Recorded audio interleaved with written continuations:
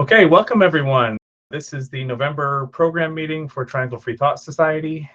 I'd like to say welcome to our returning members, new members, and any guests who are joining us for the first time. So who are we? We are atheists, agnostics, secularists, skeptics, all the different terms that people use. And we are here to provide a rational, God's-free community that serves the interests of our members. Our 4 pillars are activism, community, education, and service. We are a local chapter for the Freedom from Religion Foundation and local affiliates for American Atheists and American Humanist Association. For those outside the area, we are local to the Raleigh-Durham, North Carolina area. The usual stuff. If you'd like to support us, you can get a membership through our website or make a donation, or you can send us a few pennies from Amazon via Amazon Smile. We have regular meetups. All that information's on our website or Facebook or Meetup. And note that our board game meeting this month is canceled due to the Thanksgiving holiday. Festivus this year, we're going to try and have, for the first time in a couple years, be indoor at a local restaurant. Date and time TBD. Look for that in the December newsletter. We do ask that you're a current member, you're up to date on vaccinations. Don't come if you're sick. Pre-register so we can get a good count. All right, on to the main event. Tonight, we're hearing from Kavin Senapathy, speaking on conquering secular and skeptical white supremacy in America. She's a humanist and award-winning science journalist covering science, health, and parenting. She's published in Slate, Daily Beast, Undark, SciShow, and more. Currently working on her new book, The Progressive Parent, due out next year.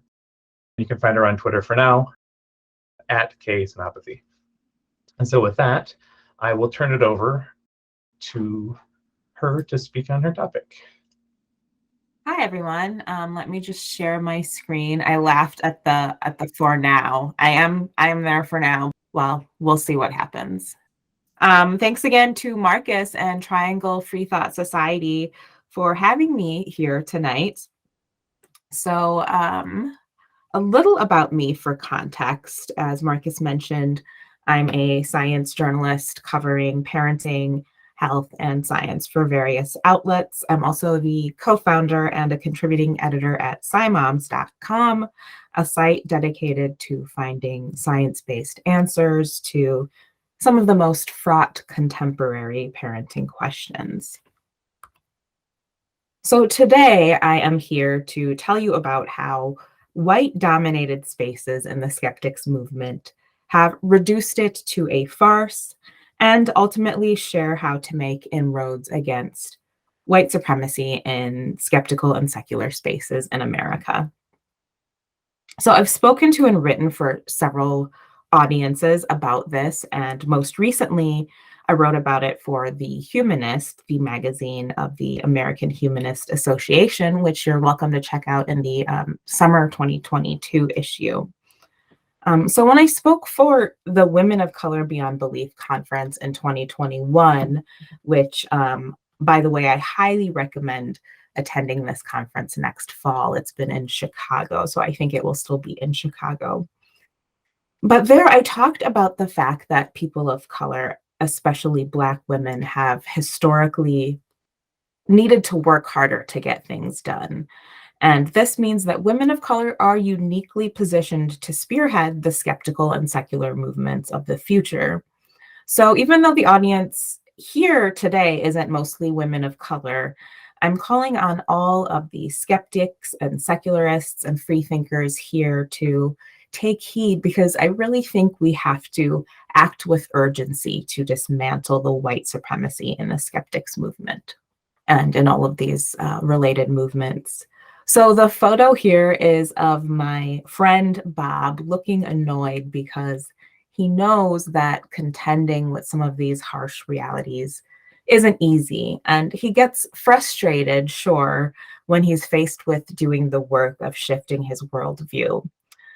But the great thing about him is that he's willing to interrogate his own worldviews and call on his skeptical peers to do the same. So on the other side, you see Bob, after he stopped griping and finally started taking it seriously. And he's very thoughtful here because he strives to live up to his skeptical ideals.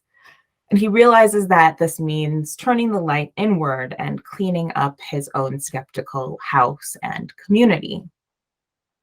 So my first objective is to show that not only are many US skeptical groups dominated by white people, and not only have they participated in marginalizing folks, including women, people of color, queer folks, and others, they're also infused with a sort of mediocrity that practically all US institutions and systems have historically upheld. And it's mediocrity that goes hand in hand with white supremacy. And second, I'd like to share some thoughts on how we can work together to level up as a community. Now, some of you are probably familiar with author and activist Sikivu Hutchinson, who has written multiple times about secular and skeptical organizations, lily white boards of directors, and conference speaker lineups. In a nutshell, the lily white movement was a faction of the Republican Party following the Civil War, and it embraced Jim Crow and sought to exclude Black leaders. So this was an explicit movement with explicit intention. But racism has evolved to be more subtle, often without any ill intent. That doesn't mean that it's benign or excusable. The problem is that too many people hold an erroneous belief about what racism and white supremacy actually are. So before I lay out the white supremacy of the skeptics movement and how it's a failure to uphold the tenets of skepticism, let me define these terms. So on the left, you see the widely held idea of racism. So we'll describe it. This is a tiki torch carrying cartoonish racist. And then there are two figures walking past this racist, and one is saying, ever notice how white supremacists are their own counter argument? So when this is the dominant idea in someone's mind, it's only natural to be tempted to say, well, I'm not racist, and move on with your life. But the most insidious white supremacy doesn't look, like this caricature on the left. Instead, it looks more like the photo on the right. And you might be thinking, well, what is so racist about this photo? It looks like people sitting around a table and making decisions and working, and there's even a Black person at the table. But the problem is that it seems fine. So at so many organizations, this is actually what white supremacy looks like. It's groups of people, especially those who call the shots, who are mostly white or otherwise part of a dominant group. Sometimes these organizations may even allow a couple of people of color into the fold, but more often than not, these individuals' perspectives are suppressed. And that's essentially tokenization. So this latter definition of racism and white supremacy is the one that I'm going by. But to be clear, these aren't my definitions. So Merriam-Webster recognizes that the meanings of words can and should be amended to take on inextricable context, especially when that word describes injustice. So here you see additions to these definitions, and I apologize for all of this text, but people can go onto the Merriam-Webster website if you'd like to take a closer look and look up these terms. But to summarize, ultimately, you see that white supremacy and racism are no longer confined to individuals' prejudices alone. They've expanded to include all of the racist systems that we all participate in by virtue of living in this society. So we all operate within and alongside systems.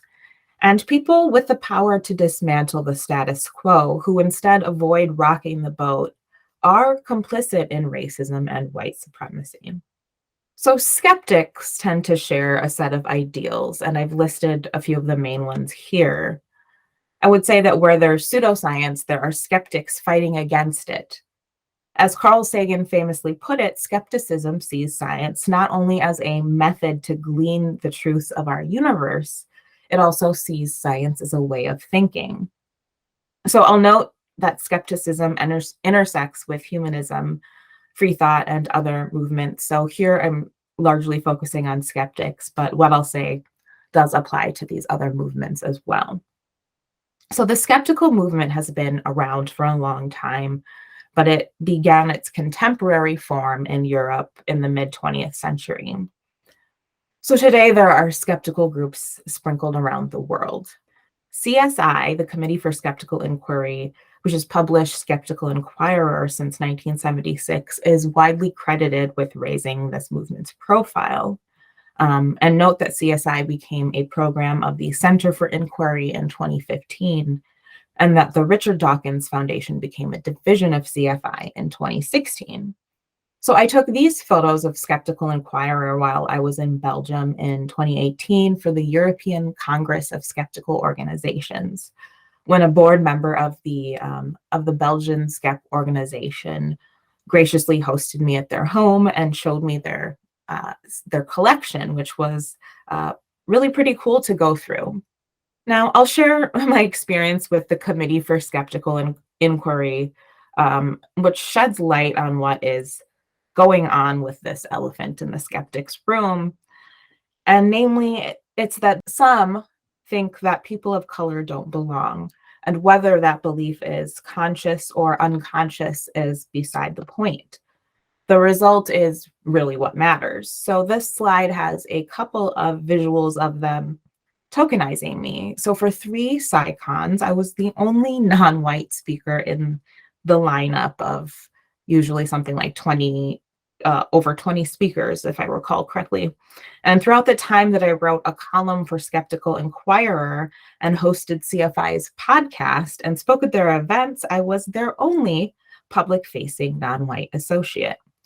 And so I was wary when they increasingly brought me into their fold, and I thought I had a responsibility to help bring about change. But even though CFI valued my face enough to put it at the top of their marketing materials, time and again, they repeatedly minimized my concerns, like they had brushed off others before me. So long story short, once I started raising my concerns behind the scenes, things started to get a little rocky. Once I started speaking up publicly, their leadership really did their most to try to demean and erase me. So the point is, it would eventually become clear that I had allowed CFI to use me to create the illusion of diversity with an expectation that I would toe the line. But I was ultimately not willing to do so. I had to exercise my own forms of privilege, which empower me to speak up with relatively few unwanted consequences, and to uphold my deeply held, evidence-driven, and justice-centered values. In the aftermath, I wrote about my experience in Undark magazine. And in this fact check essay, as all of Undark's work is, I explained how I only started putting CFI on notice after I had several internal conversations about some of their outright bigotry to no avail. So one incident in 2018 was typical and involved their sort of figurehead, Richard Dawkins. I had intentionally spared myself from most of his onstage appearances at the conferences I attended and spoke at, but I decided to watch in 2018. He was presenting the Richard Dawkins Award, which goes to so-called outstanding individuals who have furthered the cause of reason and science. And he was presenting it to recipient British actor Stephen Fry. So the award presentation had just wrapped, and the audience was ready for a live conversation between the British celebrities. So 40 minutes into this conversation, my ears sort of perked up when I heard Dawkins ask Fry, and I'm quoting, "Do you recognize the phrase regressive left? Do you have a view on it?"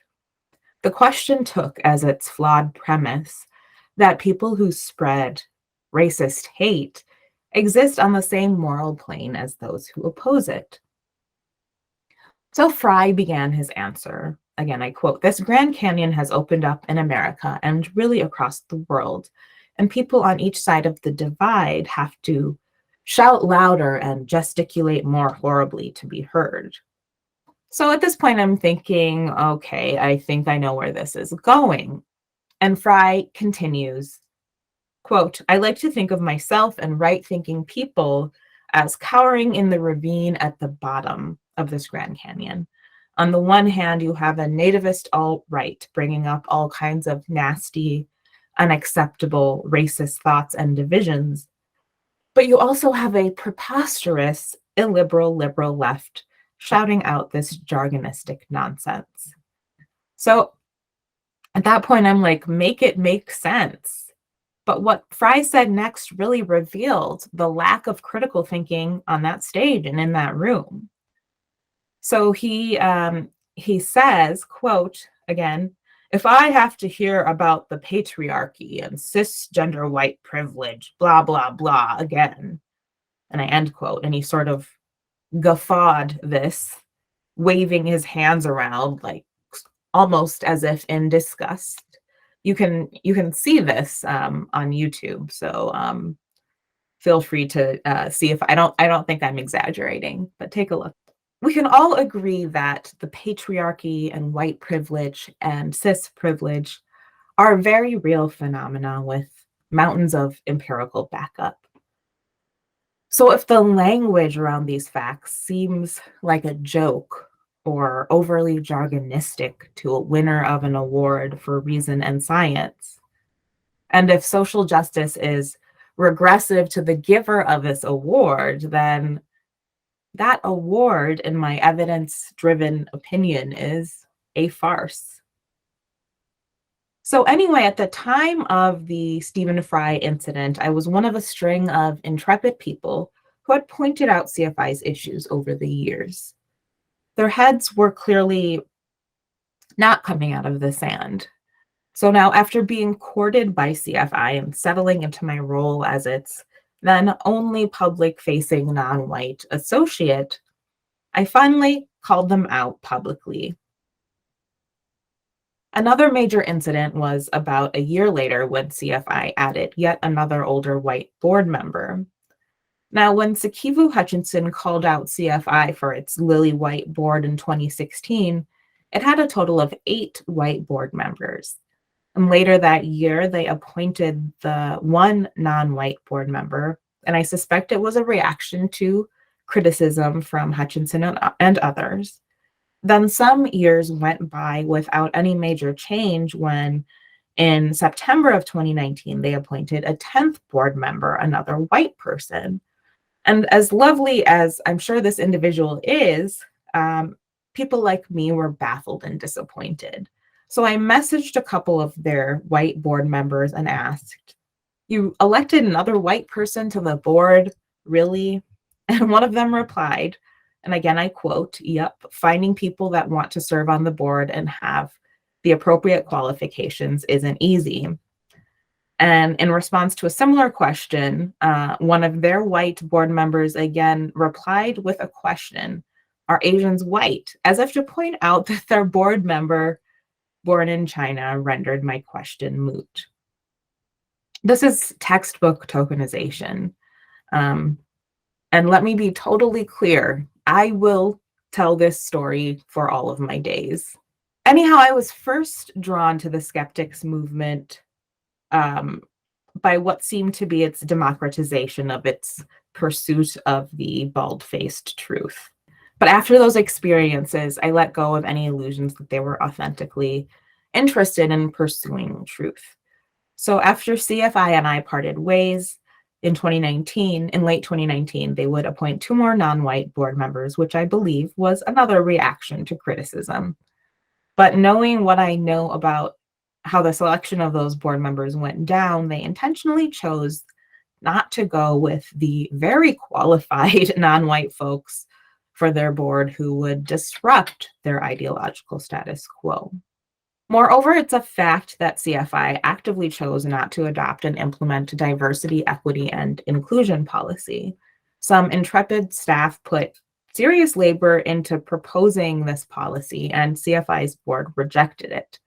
So their failure here is not only a failure to strive for equity and diversity, this behavior was actually downright pseudoscientific. As I've said before, I've made countless invaluable connections to these movements, but over the years, seeing their racism has been sort of like seeing a naked emperor. I'm hardly the first to call this out, but my perspective seems rare among non-believers and even some science fans. Because along with my atheist upbringing and involvement in the skeptics movement, my coverage of racism and human well-being has revealed these disturbing parallels between the foundational bigotry in science and in the bigotry in these and some of the movements that rescued me. So this bigotry is not, again, only an injustice. It's a pseudoscientific failure to walk the skeptical and humanist talk. Secular racism, sexism, and transphobia and other form of bigotry may be less obvious than the religious kinds, but they are no less fallacious and harmful. So that's why I've added my voice to those urging freethinkers and skeptics and humanists to act with urgency. So the content in so many skeptical blogs and magazines often betrays what they are really about. Take, for instance, the 2018 special issue of the Skeptical Inquirer called A Skeptic's Guide to Racism. So I don't have time to go into a critique of the content of that issue, which is another story, but I did confirm for an independent fact checker that every author in that issue was indeed a white man. So this sheer sort of oblivious audacity with which a group of older white male editors sat together and decided to publish this pretty poorly executed issue bylined by all white men demonstrated the organization's leadership's shallow grasp of how racism works. So again, the image that many skeptics hold of the movement is that where there is pseudoscience, there are skeptics fighting against the harm that accompanies it. This is what the skeptical movement wants to think. This isn't to say that some skeptical groups haven't done worthwhile work exposing pseudoscience. Some certainly have. They just haven't grown past what skepticism was many years ago. The movement has allowed itself to become outdated and to atrophy. Now, I agree that complementary and alternative medicine are harmful forms of pseudoscience, and they do need opposing. But these types of pseudoscience are a subset of all of the pseudoscience that causes harm, including when it comes to health and medicine. So what US-based skeptics groups haven't done in a concerted way is address what I call dehumanizing pseudoscience, which intersects with the harm of, say, alternative medicine to compound the harm it causes to marginalized communities. This includes, for instance, all research that assumes that certain groups of people are inherently fundamentally inferior to a socially constructed default. So there are myriad examples of this kind of pseudoscience in the top peer-reviewed journals, but there are a few here on this slide. So dehumanizing pseudoscience is often subtle and harder to spot. And again, the intent can be benign or even potentially benevolent. Nevertheless, dehumanizing pseudoscience is very deleterious. And dehumanizing pseudoscience is not a relic of the past. It's alive and well. Consider racist pseudoscience. And for one example, think of racialized algorithms built into clinical decision-making tools, which I've covered in some of my recent work. One tool like this is a urinary tract infection calculator, which predicts the risk of infection in children with symptoms like fever. If the child is categorized as non-Black, the calculator assigns more than a twofold higher risk of UTI, which can influence a clinician to pursue a diagnosis and potentially treatment with antibiotics. And Black patients in a similar condition are scored lower in this tool, making them less likely to receive treatment. There are also lung function tests, which automatically spit out a lower score of disease severity for self-identified Black patients who have the same level of impaired breathing as white patients. So excluding a clinician's own biases, there are many of these purportedly objective algorithms and tools that can spur the mismanagement of a slew of disorders. And it's not just racialized algorithms that lead to unequal treatment. Study after study continues to confirm that clinicians hold erroneous ideas about race, like that Black patients experience less pain. This results in white patients often receiving superior treatment, like pain management and birthing options, while minorities, especially Black people, tend to receive subpar care. And contrary to the popular idea that mistreatment is largely due to implicit or unconscious bias, there's pretty solid evidence that harmful bias and stereotyping can be straight up explicit. Now, this slide, again, I apologize for the text, but it includes selected examples of the very commonly held idea that science is colorblind. The first is from Richard Dawkins. There's no reason to suppose that race tells you anything about how well qualified someone is for a job. Choose on the basis of ability, and if having done so, you end up with an all-Black sprinting team, so be it. You have not practiced racial discrimination. And he has made no statements to suggest he has changed this view since the publication of The Ancestor's Tale. I would say he has only sort of corroborated it. The other quote here is from Lawrence Krauss. If the system is functioning properly, the people who develop the most worthy ideas and experiments rise in prominence. The nature of the scientific process requires it to be colorblind, gender blind, and religion blind. But these statements are fallacious. So the fact is that there are no differences in the inherent propensities of people of different races. So if you end up with a mostly white set of skeptical leaders that is not demographically representative of the population, there are only two explanations, the racist and the anti-racist ones. The racist explanation is that BIPOC are not as qualified as white people. And the anti-racist explanation is that the organization has been operating in racist ways. So one might say that Dawkins and Krauss are particularly egregious examples that are hardly representative of the skeptical or scientific communities by and large. And they are in some ways, but when it comes to these views, when you take a closer look, it's clear that they're actually pretty representative of the community. So there are a lot of parallels, as I mentioned, to draw between the skeptical community and different areas of the scientific community. So take biomedical research.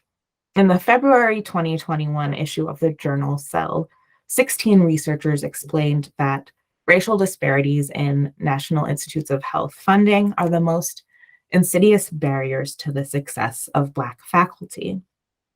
The authors detailed that this doesn't only impact the makeup of the community of researchers, it also destroys innovation and produces biased science.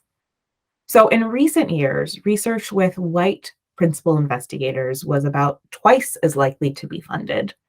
Black researchers have to spend twice the amount of time writing grants to achieve the same funding.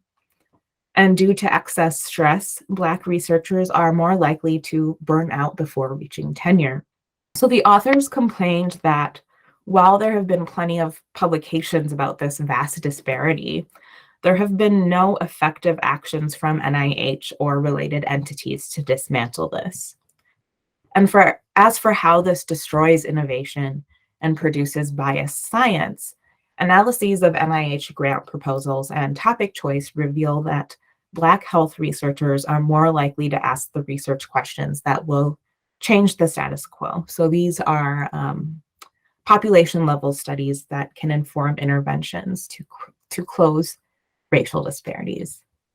And by contrast, white researchers are more likely to look at genetic biomechanical factors within the body that impact health. And in theory, genomic studies can be important, and how important they are often depends on which expert you consult. But these biomechanistic genomic studies won't fix racial health disparities because race isn't genetic. But Black researchers regularly report being told that health disparities research is not real science.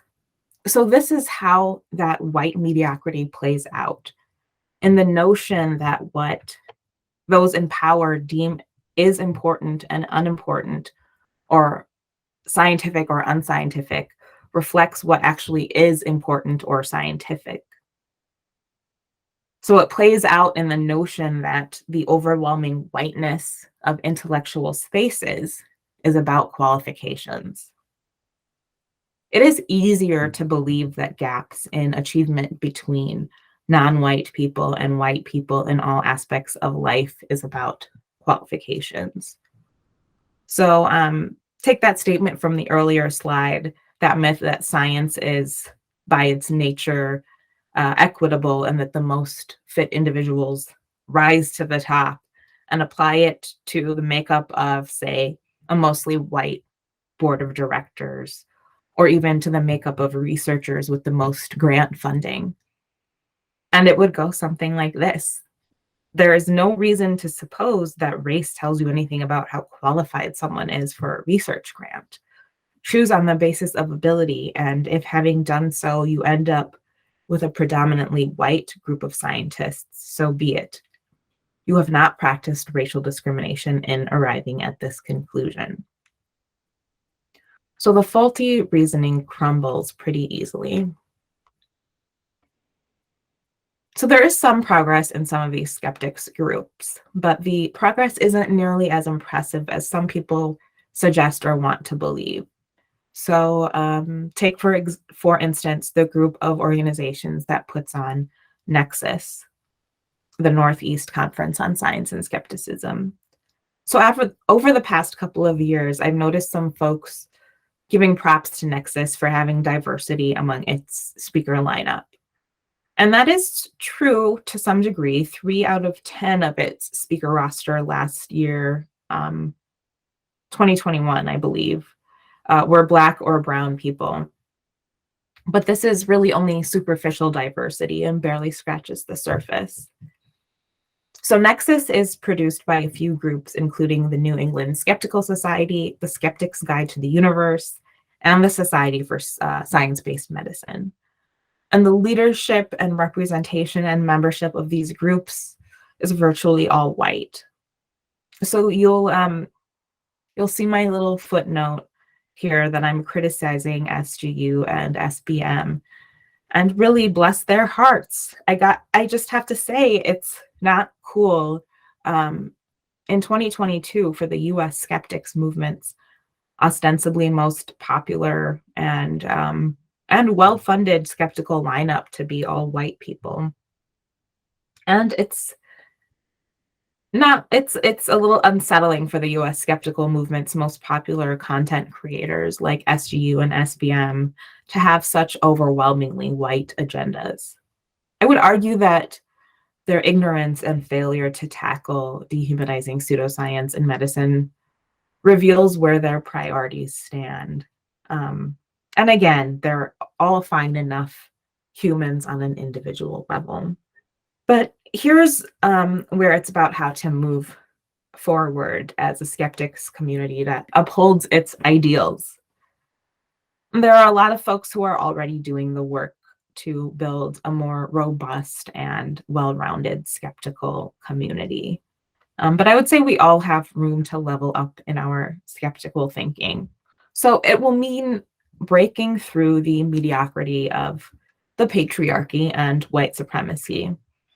So to that end, I have an abridged list of steps skeptics can take to rise above and beyond some of our current limitations as a movement, which is summarized here. So first, leveling up from false dichotomies to nuance.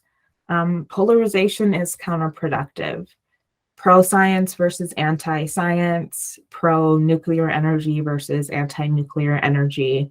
And I would say even pro versus anti-vaccine are false dichotomies that often erase crucial, relevant information. Anecdotes versus data is also a false dichotomy. Anecdotes can be data points, and to dismiss them outright ignores the power differential in science, including who gets to ask the research questions and to what ends. Another way to level up is from science and reason as mantles of intellectual prowess to upholding the meaning behind these words and to authentically and relentlessly seeking the whole justice-driven, evidence-clad, context-aware truth, and to not giving credence to continued debate over settled matters. So believing in science isn't as simple as taking the right stance on issues like climate change and the shape of the earth. And calling oneself rational or skeptic or freethinker does not lead to sound arguments. So let actions speak louder than words, and the content of our discourse speak louder than labels. As for a limited scope versus radical truth seeking, leveling up would look like seeking the whole, again, justice-driven, evidence-driven, and context-driven truth, and seeking it broadly and deeply. And it'll look like collectively expanding beyond the typical scope of self-styled skeptics. So as the skeptics community levels up, I see it growing above and beyond science as a way of thinking. So as someone who reads piles of scientific papers and talks to scientists and writes about science, it's pretty clear that our minds are not computers, nor are they laboratories. As much as someone wants to believe in their science brain, I would say that this idea is a delusion. And I say this as someone who really wants to believe in it. So neither a doctorate nor a lab coat, nor calling oneself a skeptic, nor employing certain types of rhetoric magically imbues someone's thinking with the essence of science. So we really can't prosper if we continue to grant some people the exclusive right to claim that their thinking is scientific, while the views of Black women and other marginalized people are deemed unscientific for no tangible reason. So to eclipse science as a way of thinking will mean perpetually taking stock of our own biases and collaborating to create equitable communities that think and act in evidence-based and truth-driven ways. So beyond a way of thinking for any individual, we can exercise skepticism as a way of building each other up, holding each other accountable, and taking action to foster equity. So I challenge all US humanist and skeptical and free-thinking organizations to not just reach for diversity, but to implement radical inclusion at all levels. So the future of secularism and critically thinking communities doesn't have a place for antiquated notions or for lily white organizations. So what's next for US skeptics and free thinkers and non-believers? The image here is of a human skull. So it symbolizes that apex where humanism and good science intersect. We're really all the same. There are no differences between women's brains and men's brains, no distinct skull shape separating so-called races.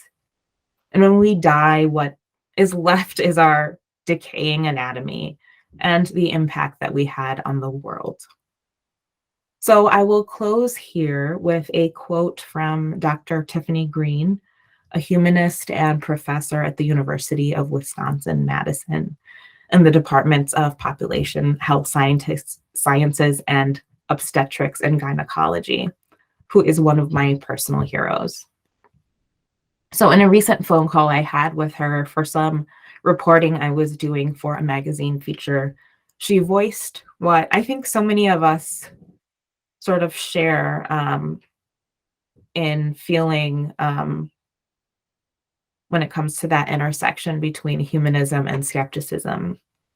And so we were talking again about the massive racial health disparities in America due to systemic racism.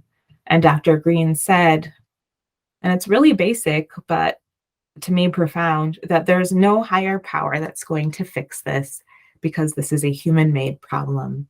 And so the solution has to be human-made. And so that has really stuck with me. Yeah, we're all works in progress, and there are certainly views of my own, I can say, that I would look at even a handful of years ago and really, really pick those views apart. Because, we aren't born knowing everything, and we work together to learn and grow. I guess I sound like, I don't know, some sort of after school special. What do they call them now? So Dell asked if there's any advice from existing organizations getting people of color in leadership without tokenizing them. And there are certainly many organizations that are doing so, especially in the last few years. Like I can name some organizations that are doing it really well. American Atheists, for sure, American Humanist Association, and of course, I'm not saying that only because they they recently published an essay of mine, but because I've spoken to their leadership, and I'm really impressed with their growth. I think I don't mean to say that the primary concern should be tokenizing or whether or not tokenization is happening. But so for instance, when I think back to CFI adding people of color to their board, the first time I mentioned that it was almost obviously, or to me, the correlation was too strong to be mere chance, but CQ Hutchinson criticized the board, and then they responded by adding a person. And then I criticized their board, and they responded by adding another person of color or two. This was a few years later. And behind the scenes, I kind of am aware that there were other people who were qualified for those positions, but were not chosen because of some of their more, how would you say it? Pretty, I maybe even radical ideas. I think of radical actually as not a negative term, but a positive term. So I think one piece of advice is to not appoint or include people of color as a reaction to criticism, but as a fundamental and authentic curiosity and need to include more perspectives. I guess to, again, draw a parallel to scientific research, there are just so many examples if you start looking of how different fields of science have sort of stunted themselves because of lack of inclusion of people who are neurodivergent or disabled or non-European or non-gender conforming. I could give so many examples. Like maybe I'll make a tweet thread about it while I'm still on Twitter. I'll close with that.